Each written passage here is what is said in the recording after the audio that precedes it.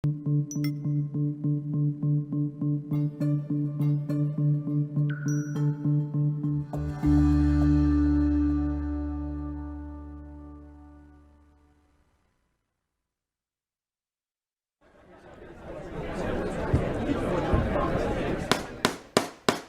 250,000. I'm going to get 275. I'm going to get 275. 3. Now 300,000. Now 3 1/4. 325. I'm going to get 3 1/4. I'm going to get 325. Now half. Now I'm going to get 300. And welcome to the Mike McGavel Jones Show here in Dallas, Texas, at the corner of the LBJ Freeway and the Dallas North Tollway. Glad to have you all on, and welcome to a live edition. Good to be back. I think last week we did a best of series with Burton Gilliam, and we appreciate you joining us. If you haven't been with us before, it's always fun to have the shows and have great guests. And today I'm going solo. I'm just returned from a busy couple of weeks on the road, and literally just got back from Florida. And what I'm going to talk about today is business brokerage. We're going to talk about selling businesses, selling business assets, mergers and acquisitions, something that our company is very in tune with.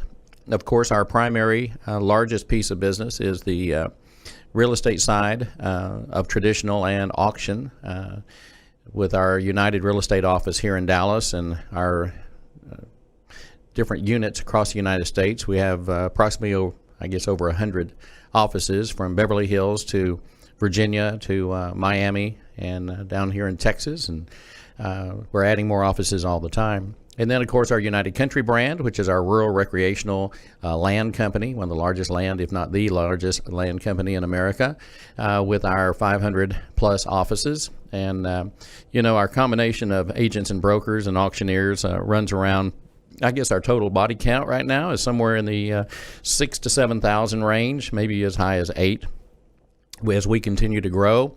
We have, of course, our new CEO, actually Chief Operating Officer, Rick Haas, who offices here in Dallas with me and our staff, and he is helping grow the company. And, we just finished a big Mother's Day weekend, and I was fortunate enough to spend the afternoon yesterday with my mother, and we had a good time, spent pretty much all afternoon and into the early evening hours. And so we'll do a quick shout out to Yvonne Jones today, and thank you for spending that time. We had a nice time yesterday. Weather was great. We didn't seem to have a lot of problems with the weather this weekend, although some people did across the United States. And we always keep our folks, close to our hearts down in Mississippi and Alabama and southeast Texas and Louisiana, where all the rain hit. I know they had close to a foot of rain.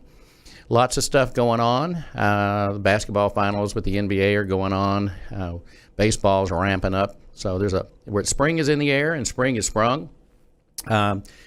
We are in super growth mode right now with our company, and I think with the economy like it is right now, of course, we are dealing with some potential trade issues with some of the tariffs that they're talking about. So that may very well affect some of our business brokerages and some of the manufacturing processes and our retail prices. I was watching some news this morning, and they were saying that, we were, just on washers and dryers alone, somewhere between $75 and $100 increase.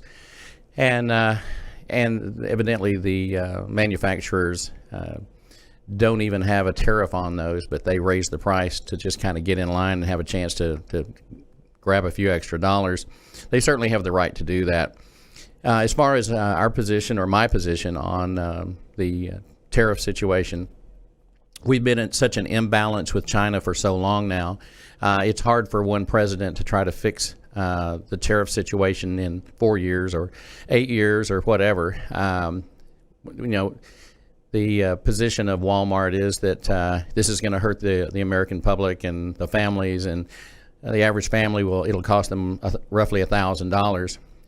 But the problem is at some point we have to dig down and do the right thing, and that is to get the tariffs in a position where it's more fair, because we have basically given away our manufacturing base over the last 35 years. And I was a big part of doing that by dismantling plants and selling companies and moving them to Mexico and China. And so and not me personally wanting to do it, but as a result of companies and funds and financial institutions making changes because of things like NAFTA. We certainly were in the front of it. So we spent about 15 to 20 years dismantling our manufacturing base here in the United States. So, I'm very passionate about getting things right, and we had to, as a country, we had to dig deep during World War I and II. During World War II, and World War I, there was a lot of rationing, and commodities were hard to come by, and even tires and things like that had to go towards the war effort.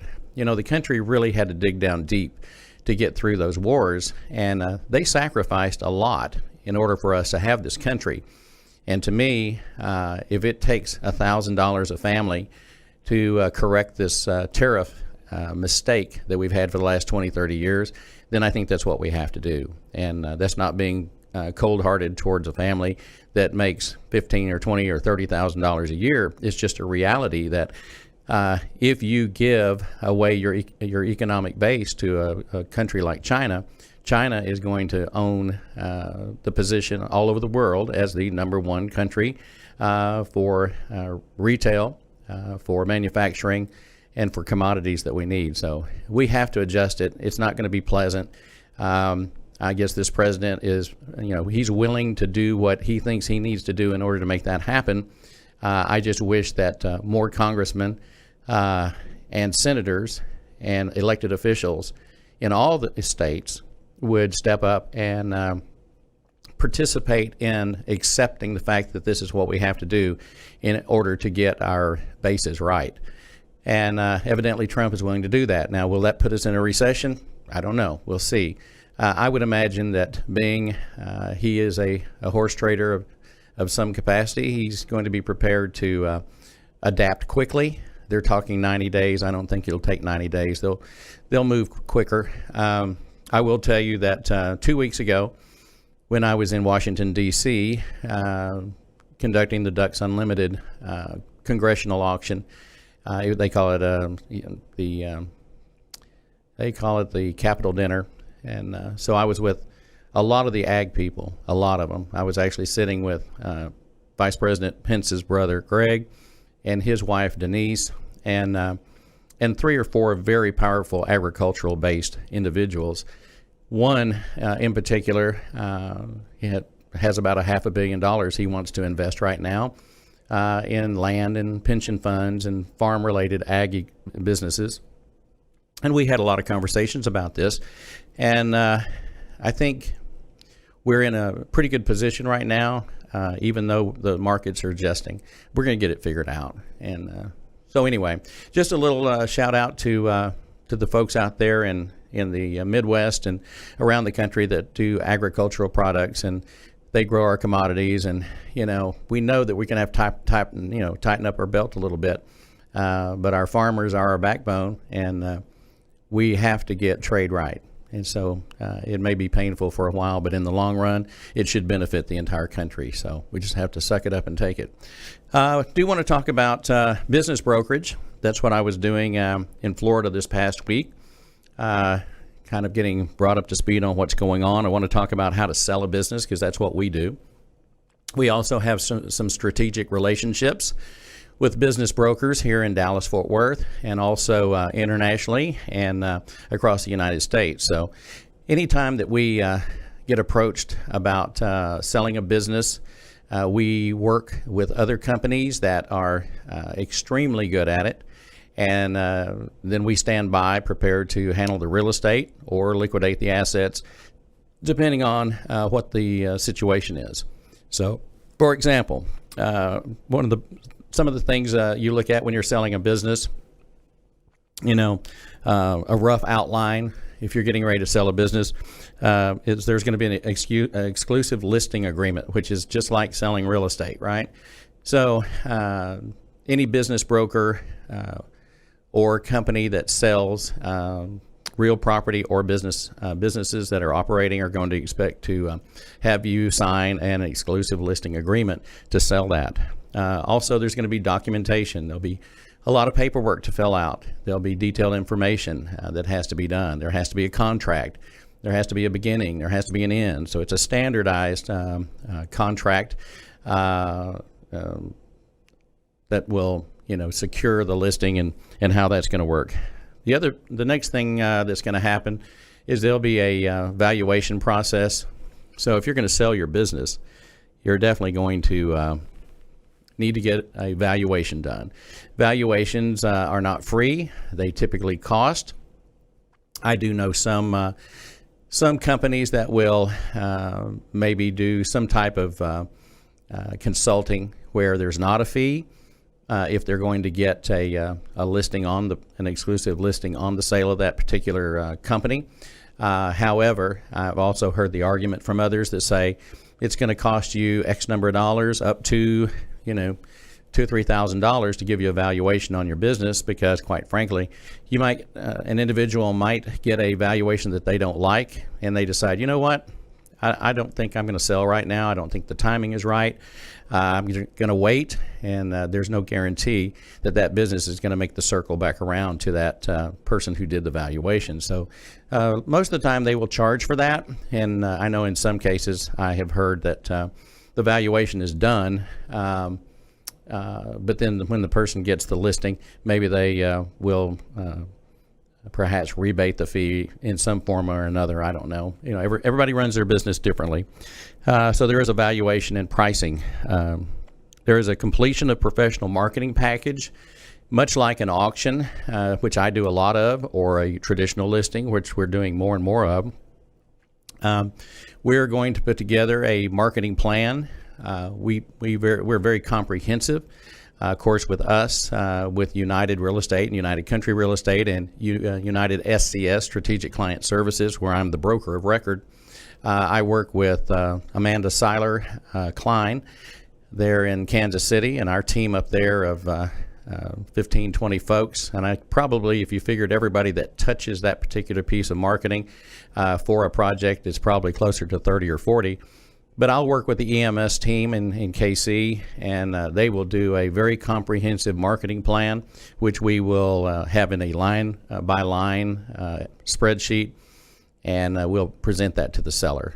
Now, some business brokers charge for advertising, some do not. And I actually taught a class the last 2 or 3 days about what we do, and that was a conversation. And I asked for a show of hands how many business brokers ask for advertising. And much like real estate professionals, brokers and agents, probably only 5 or 10% actually ask for upfront money to market and advertise that business. I, on the other hand, and my compatriots, we are going to charge for that advertising, because our philosophy is you want the seller to have skin in the game, and you want them to be invested in the process. And just listing with somebody, you want to list it or you want to sell it? And a lot of people just there is no sense of urgency whatsoever. It's like, yeah, if you can sell it, if you can sell it, I'll let you.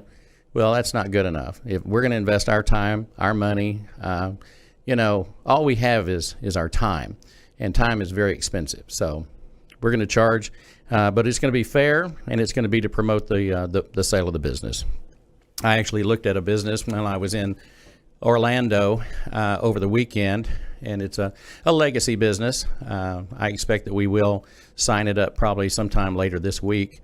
They've been in business probably 20, 25 years. They bought it from an existing individual that had it. It had been there a long time. Well, Orlando, much like Dallas-Fort Worth, much like California in some places, and various locations throughout the Midwest, the market's good, and area is growing. There's a lot of growth in Orlando to the suburbs, same as here in Dallas-Fort Worth, in Houston, Austin, San Antonio. Everything's growing. And so they have operated this company very well for the last 12 years.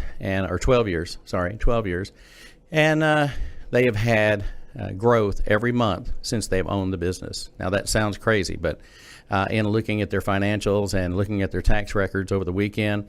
It's exactly what they've done. They've kept very good records. They're very honest. They're a good Christian family. They treat people very well. They're very community-minded. And so they're kind of sitting in a position where age is a factor and retirement is a factor.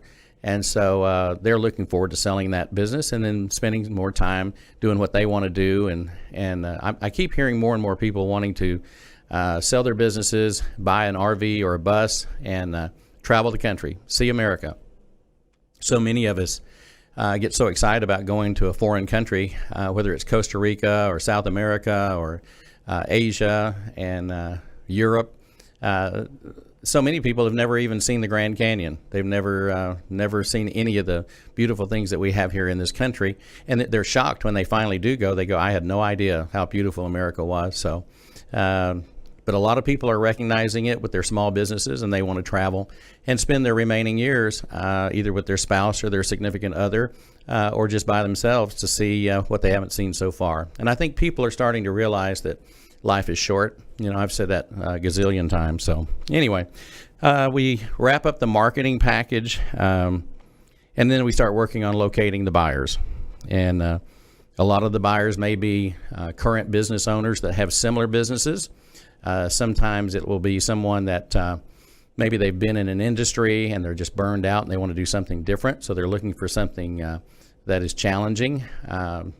Some of the businesses, of course, are a little more challenging and difficult, whether it's a manufacturing facility, which requires a lot of engineering and technical expertise with the machinery.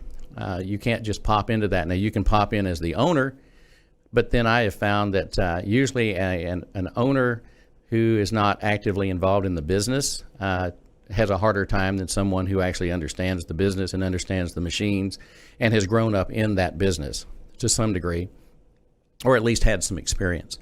But, other businesses that you can own, you can go out and buy a sign company. That's all very trainable. Restaurants, bars, one lady that I talked to over the weekend, her expertise is restaurants. That's all she does. And with United Strategic Client Services and the United brands, we have something called specialty property groups. And specialty property groups targets directly to unique offerings in real estate and in business. So we have a hospitality group that specializes in hotels and motels and bed and breakfast, things of that nature. These are very accessible. It's very available. There's a lot of these boutique type of businesses out there available. People do enjoy running them, but at some point, everybody likes to do something different. The days of someone opening a bed and breakfast and running it for 30 years is very rare now. You don't see that. You'll see somebody run that business for 10 or 15 years and then make a switch, do something different. Back in the old days, we had bowling alleys. Bowling alleys today are more like entertainment complexes. 20, 30 years ago, I used to sell a lot of bowling alleys. We used to sell a lot of putt-putt golf courses. We used to sell a lot of pool halls, billiard halls. We used to sell, back in the day, pretty much a variety of different business. Antique shops were big 30, 40 years ago. Most of these businesses either don't exist in small town America or they have been pretty much overshadowed by major companies, chains. Dave & Buster's, I used to do all the liquidation for assets for Dave & Buster's back in the 80s, late 80s and early 90s when they were growing their businesses. This goes back to when you actually put money in the machines. It wasn't operated off of tickets. They started right off of I-35 here in Dallas. A lot of people don't realize where Dave & Buster's started. It was right off of Corporate, right off of I-35 and Walnut Hill. And I used to go to their corporate offices, and there really was a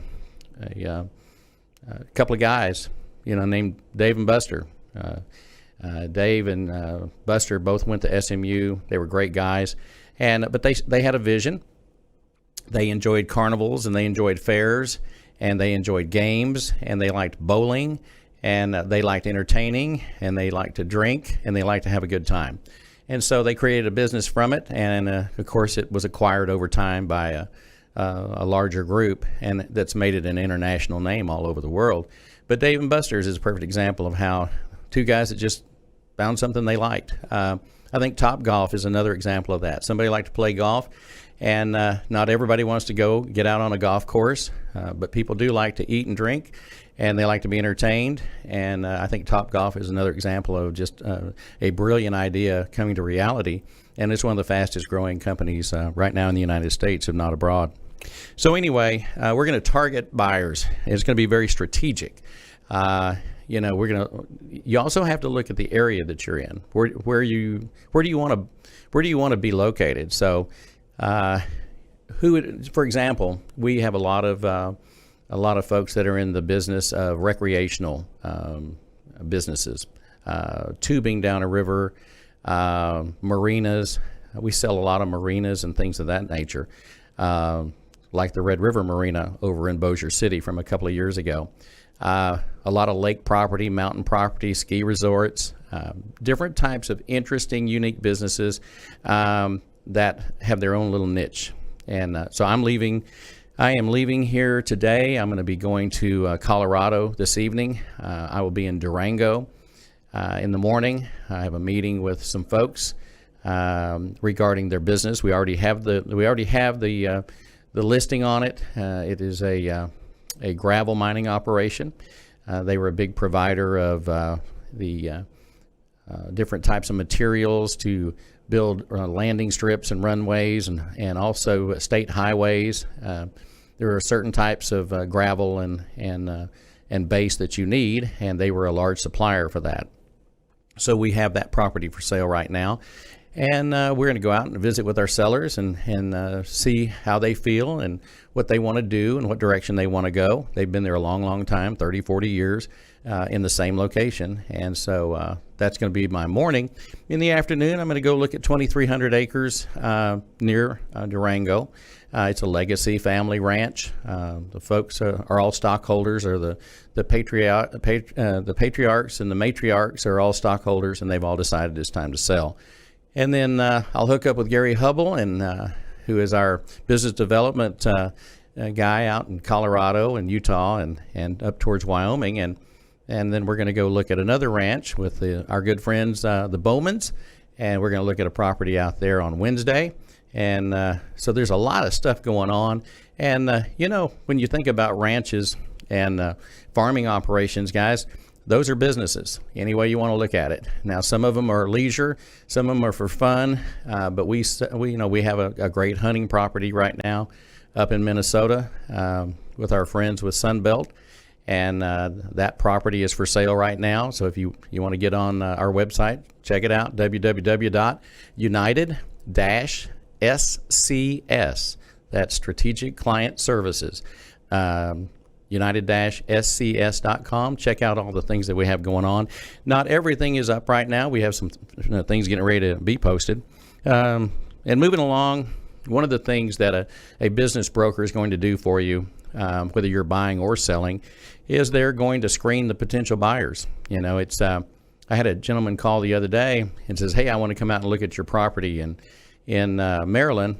Well, it's a $22 million property. And we had an agent call, one of our agents call and say, "Hey, I want to look at it." The thing about it is, just because somebody calls up and says, "Hey, I want to go look at that $22 million property," that doesn't mean you jump and go show it to the person, because we want to make sure this person even has the means to purchase a $22 million property, or that even if he's an intermediary or a third party, at least we need to know that his potential buyer has the means to purchase that property. And that's something that a business broker or an auctioneer or a realtor or someone in the sales business of hard assets and land or manufacturing equipment, you just have to know who you're dealing with. And your sellers always appreciate that, because your sellers do not want just random people on their properties or in their manufacturing facilities or on their land. So you just have to keep that in mind. Just because somebody wants to do something doesn't mean that they have the qualifications to do it. So we're definitely going to go through the process. And then we'll meet with the qualified buyers, and we will show the properties. There's going to be a lot of things involved.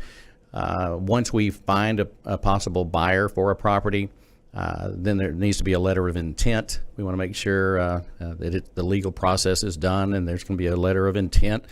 And then a purchase agreement. It's always important to have a purchase agreement. If you present the purchase agreement to the seller and they are willing to accept it, there'll be an acceptance of the purchase agreement. And then also, there may be financing involved. And that's something that I spent a lot of time on last week. Was getting into the intricacies of finance. And there's a lot of different ways you can finance a business.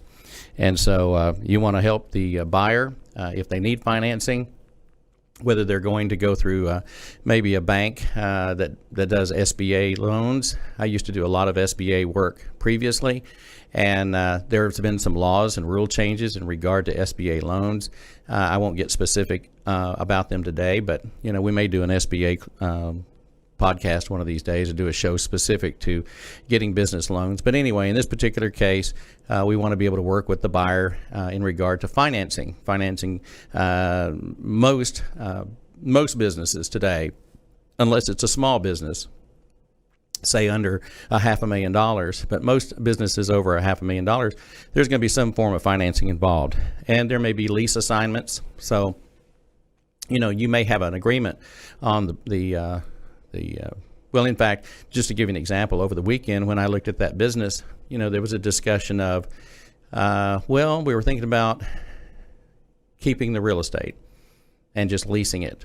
And then one of the other partners in the deal said, I'd really rather sell the whole thing. I'd like to sell the business, the real estate, everything that goes with it. And so you have a little difference of opinion on exactly what the best route to go is. So, these are things that matter because if the seller decides to keep the real estate, then, of course, it's going to be mailbox money for them.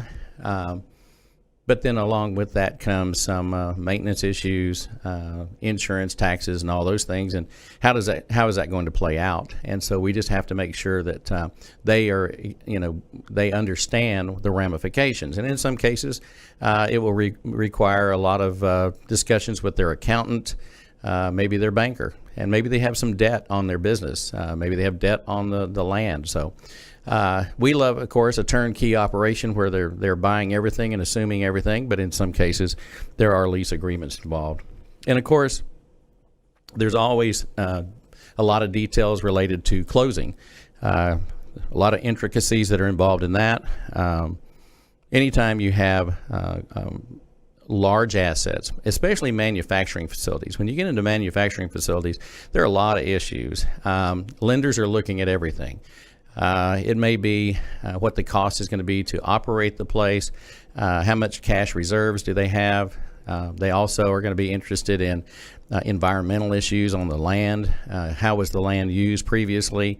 I can tell you that there's some properties in Connecticut, outside of New York City and New Jersey, where it's extremely hard for them to sell the properties, and a lot of your lenders won't make the loan because of the hazardous issues because of wastewater and dumping situations that took place before.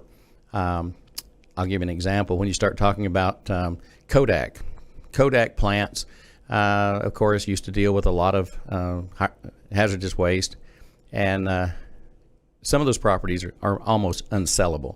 We have run into the same situations in Pennsylvania with some commercial properties that we've come across. So people just need to be aware. Just because you want to buy something doesn't necessarily mean that the lending institutions are going to agree with it.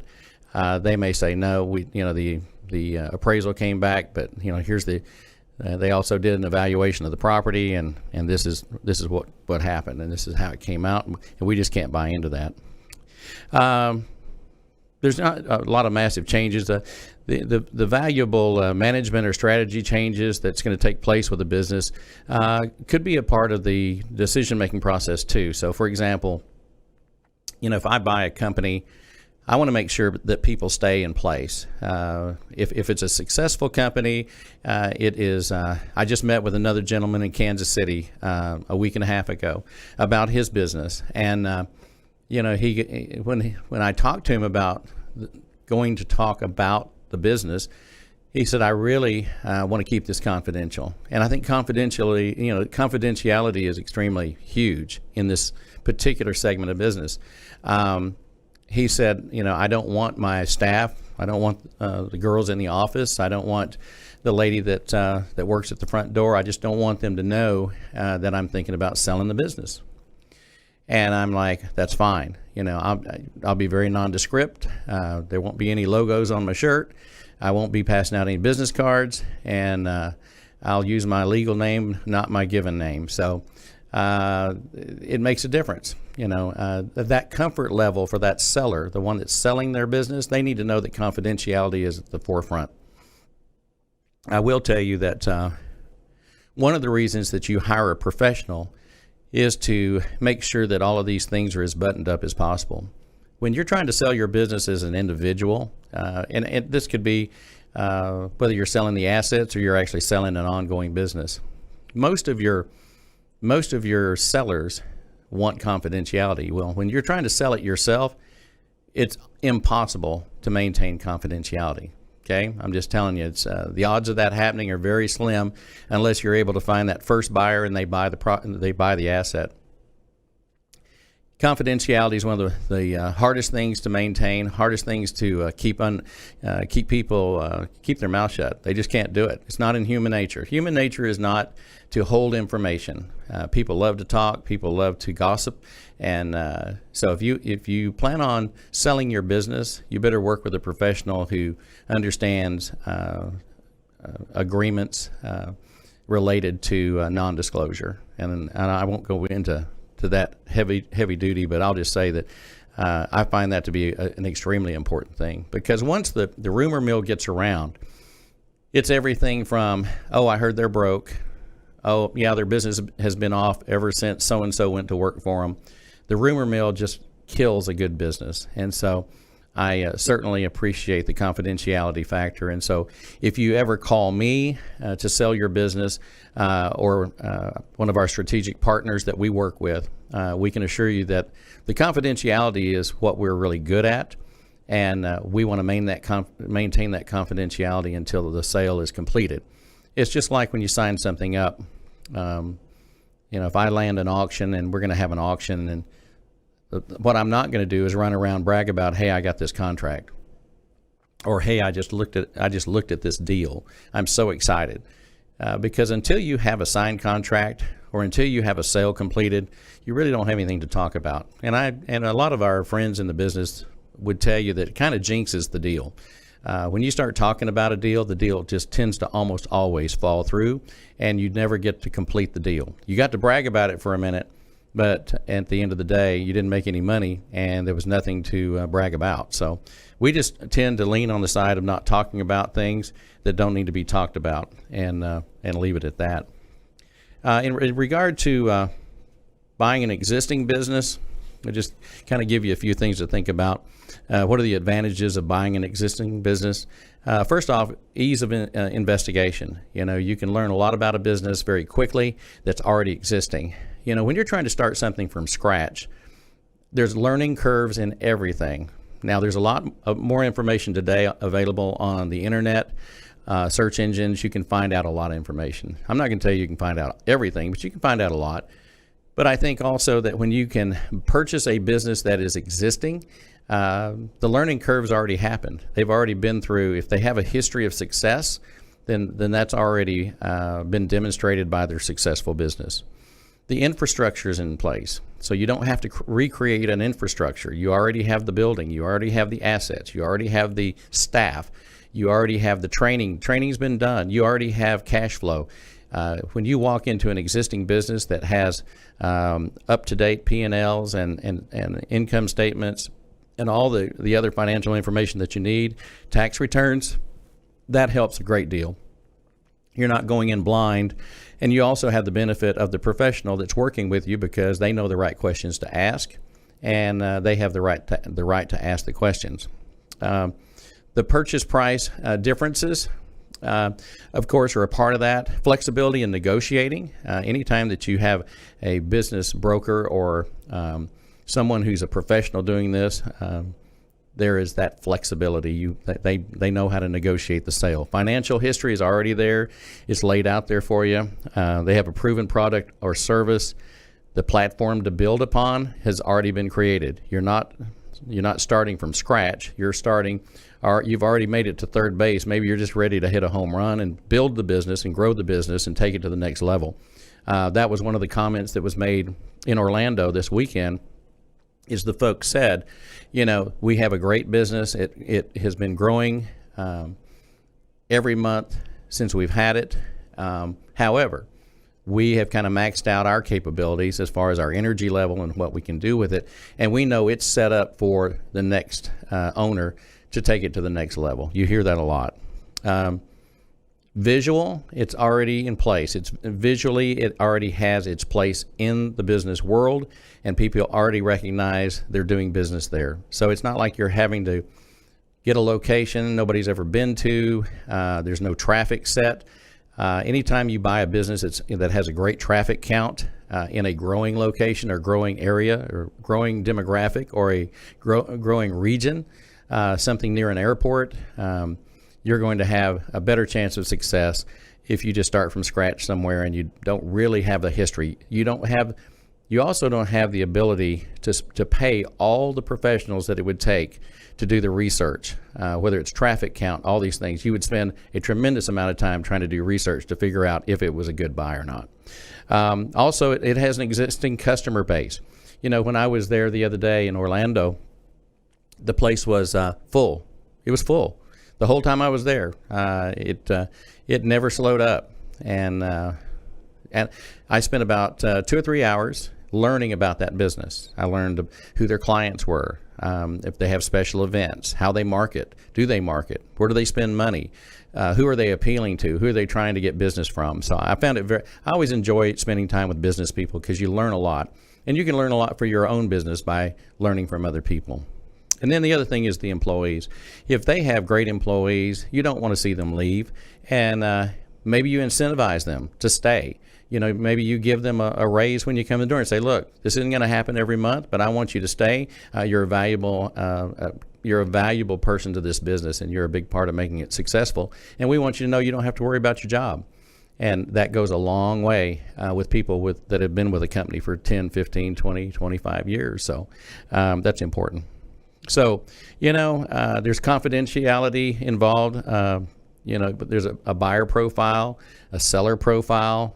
We definitely want to know everything we can about these people. And also, when people are buying a business or selling a business, I can tell you that from an SBA perspective, they're going to want to know, like if you're getting ready to take out an SBA loan or you're going to try to get an SBA loan, they're looking at everything today. They can move quick if you give them all the information. So if you want to buy a business, you just need to make sure you have all your financial records together. They're going to look at your criminal history, whatever the story is about the majority of the people that are going to be owning it, the stockholders or whatever, or the sole proprietor. They're going to be looking at that, and they're going to care about your history as a person. They're whether that sounds right or not, it's a fact. They're not going to base it on hearsay. They're going to base it on what it says. So if you have a bad background, it's probably going to catch up with you to some form or another. The other thing is, someone buying a business is going to have the financial means to buy it. You're going to have some cash in the bank. You're going to have to be able to operate for a period of time. The banks that make these kind of loans are going to want to make sure that you can survive for a period of time, not making any money. So if you buy that business and you walk in, and let's say that nobody likes you, and it's a consumer retail type business, and all of a sudden people they quit walking in the door. They want to know that you've got some survival time. The other thing is the assets that are involved. Most bankers are going to require that that there are some actual hard assets. A service business where there are no assets is a very hard business to finance. They don't like to make those kinds of loans, and they don't want to do it where you're only putting 5 or 10% down. They want to know that you're putting a reasonable amount of money in your down to buy that business or those assets. So that's just a couple of keys. And but anytime that it's a people business. At the end of the day, we love to do business with lots of people.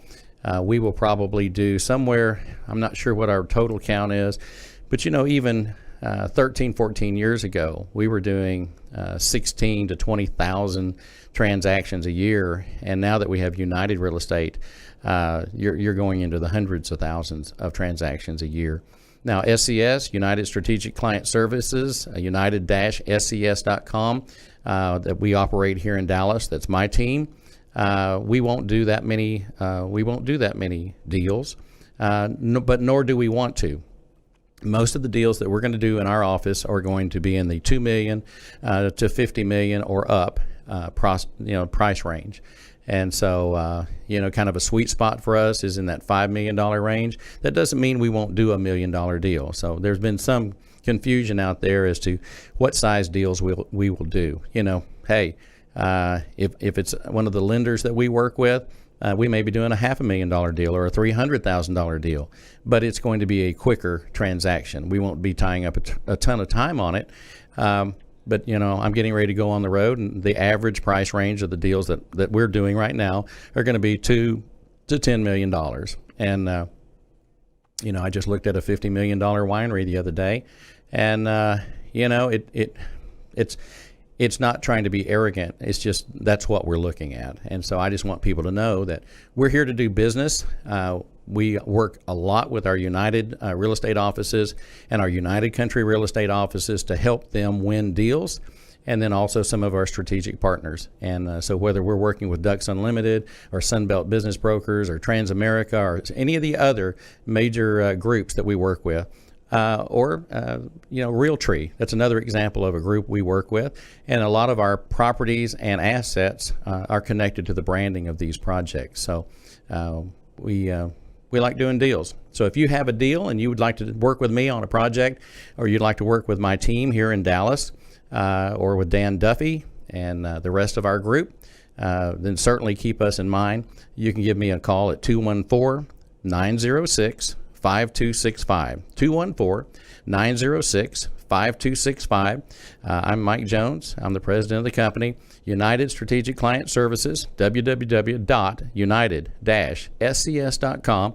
We'd love to work with you in helping you sell your assets, whether they're in the United States, Panama, Costa Rica, Mexico, could be in Australia, or in Canada. We'd be love to talk to you. We also have a new relationship in China right now that is going to be quite something to announce when we make the announcement, but I'm just kind of giving you a heads up. We have a direct link to the CEOs of China, and we're looking forward to having those folks to interact with, along with the other major CEOs here in the United States. So I think, Matt, that's going to be about it for today.